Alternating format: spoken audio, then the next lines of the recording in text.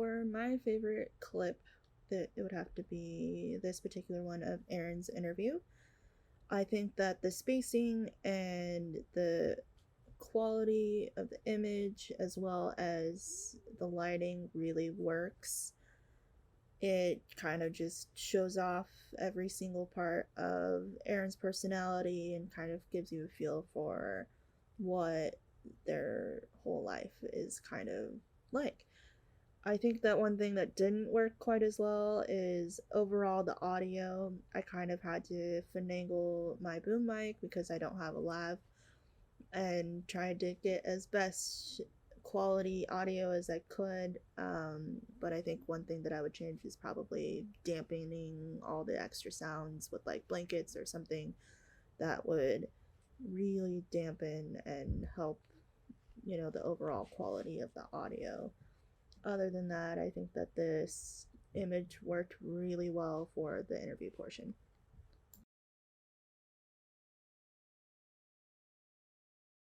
For my least favorites, most of the animal clips would probably be that.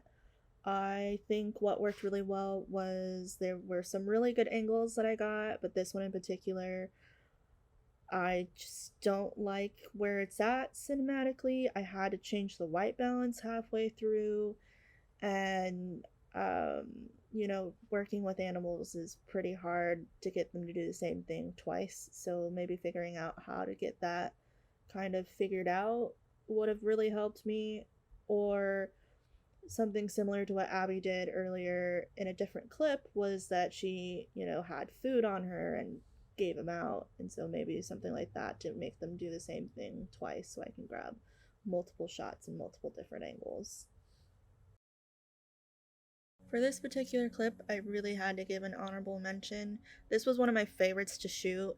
I really think I was able to capture, the essence of their farm despite, having to deal with changing a few things on camera. Obviously, something I'd do different is just making sure everything is really set in stone.